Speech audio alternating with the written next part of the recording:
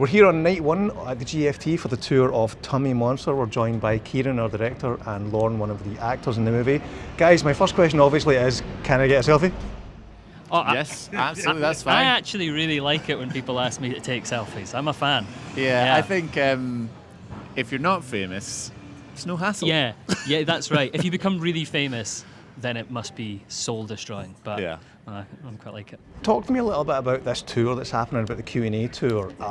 I've seen a few films do this in the past year or so. Even this year, Make It to Munich, which was at the Glasgow Film Festival just a month or two ago, they're about to do a similar Q&A style tour, limited dates around the country. Is this a new style of film distribution? I think so. I think like the one that people are kind of looking to as the hero story is Hundreds of Beavers. And what's interesting about that is like you don't have a limited release window. Like once the film starts building word of mouth, it can just keep playing, it can keep getting booked. And I think for something that's like a kind of crazy word of mouth film like Tummy Monster, I think having these event screenings makes sense. And I want to go along to screenings and just be present to talk about the experience, and also to try and encourage people, if you want to make a mad film, it's possible.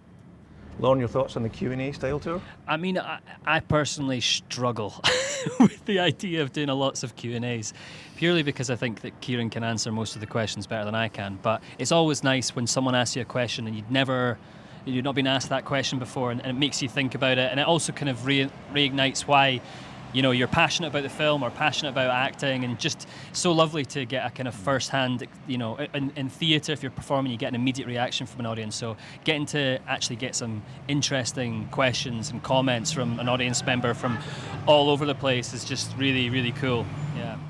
A year on from the premiere at the film festival, or probably 14 months on, what's your relationship like to the film now compared to then? How has that evolved? How has that evolved? I think sometimes filmmakers seem to feel like really hypercritical of the work that they've just made.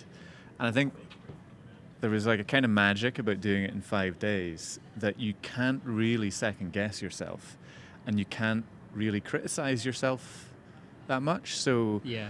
I think it's actually been easier to maintain a sort of like, holy shit, we did that attitude towards the film. Yeah.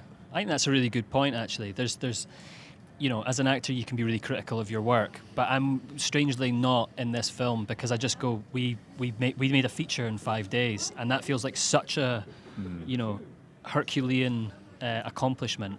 First time I ever used that word in a sentence. That I'm just so proud of everyone that was involved in it, and so I can kind of let myself off the hook in terms of little performance things, because I just think it's a really exciting thing to have done. Yeah, because what you're watching isn't people agonizing over decisions. It's people like being very present in the moment. Yeah. And I think for some reason that just doesn't activate your I hate myself function as much. As much. Speaking of the 5 days element, I imagine you've been asked a lot about, what were the challenges involved in that, but I'm going to flip that around. What were some of the unexpected benefits of being forced to shoot a film in such a truncated timescale? Or was there any? I would say from a performance point of view, a really like big one for me was that, if you're filming something over the course of months, sometimes you've got 3 weeks before, in between your scenes, and you're kind of going, what's the character? What am I doing? And it takes you a while to find it. I would say I was kind of more in character as Tails than I was kicking about as Lorn. So you're able to kind of really delve into it and kind of get into a mindset that I think you just don't get that experience on something which you have more time. I think it's similar to that. I think it feels like what's happening is it's getting closer to being like a live event is unfolding. Yeah. And the story that you imagine is actually unfolding in front of you, because it's happening in such a condensed period of time. Everyone in the crew is tracking it, which I think doesn't necessarily happen with a longer film. Yeah. Both yourselves and Orlando, I believe, are the credited writers of the movie. So both lead actors, the director, all writers on the movie. What's that dynamic like on set? Is there improvisation? Does that allow for more improv or less improv? If all three of you are the writers, how does that work? So I start? Yeah, we'll start from the beginning of it, I suppose. I mean, in a I sense. guess the ambition of this film from the beginning was that it was going to be very collaborative with, whoever got involved in these lead roles. And that was good for me. And I think that's something I'd learned from some of the shorts that I was doing. It's like, I don't want to be a micromanager. You want to be helping people like have a perspective on what they're doing, but it's permissive. You're kind of facilitating preparation, I suppose.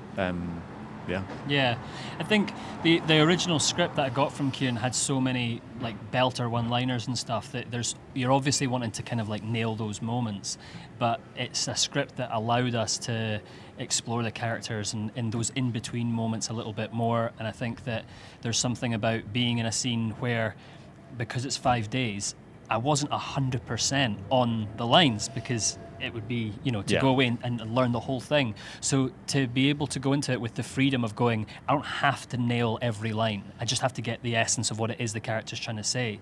And that kind of bled into a big part of what became the character, which is this kind of like, I don't know, slightly stuttery edge that is one of the things I really kind of like about it. Yeah. And that's kind of birthed from exactly that, finding, improvising, and just trying to find weird and darker ways to say stuff.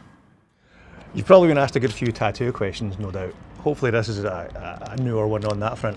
So, I've got a couple of movie quote tattoos on me.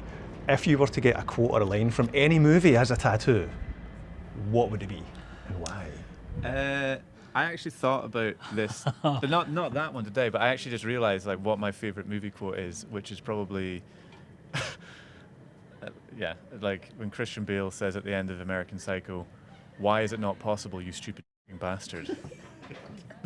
Where would you get that tattoo? I think you should get it on your tummy, just right there. That's really funny. Wow, what a belter. I would probably go for something like, it would have to be a Jim Carrey quote. It would have to be something really stupid. California, beautiful. Or Aspen, like something from Dumb and Dumber, something like that. It just didn't make sense to anyone but me. Nice, I like it. So, we're big fans of physical media at the channel. If you were ever to record a DVD commentary for the movie, I'd love to do that. What scene or what scenes would you be excited to chat about and why? I can imagine which this is. Therapy. It's the therapy. It's got to be, yeah. That for me was the scene where, I think while we were filming it, we were having discussions where I was kind of going, I think there needs to be a particular scene where the character just lies down and splurges, and Orlando is able to be a therapist to him, but also interrogate him and push him and twist him. And when we were filming it, it was one of the moments where you're like, oh, we might actually be onto something here, because we could see the lighting guys like shaking the boom because they were laughing so much, which, by the way, it's really difficult not to laugh when people are like, but for me, that was just, we probably improvised for about half an hour on camera, and then you had to edit it. I had to edit it down. There's like loads of different ways that scene could go, and almost you could make like, just alternate versions of it. But that was almost like the most perfect sort of magical culmination of all the preparation, just allowing you to play in the moment. Yeah. And it was like you were sort of discovering things, I think, about Tails and like how much of an idiot he was in the moment. And it was just hilarious because there'd been all this pressure and like this thing of like pretending. Yeah.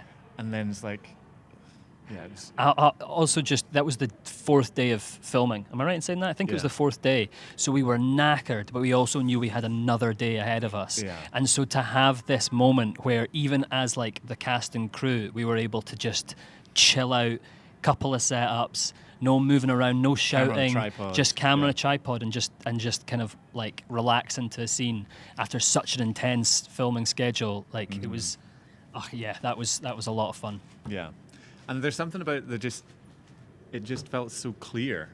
Yeah. As a scene, and the fact that it takes on its own name, it just instantly became the therapy scene. It's certainly the scene when Ciaran was like, "Oh, you'll have a writing credit on it." That I at first was feeling a bit kind of like, I think that's generous. But after that scene, I was like, I feel like I've earned that because a lot of that stuff was just me and Orlando saying some brilliant. very funny, Yeah. very stupid shit.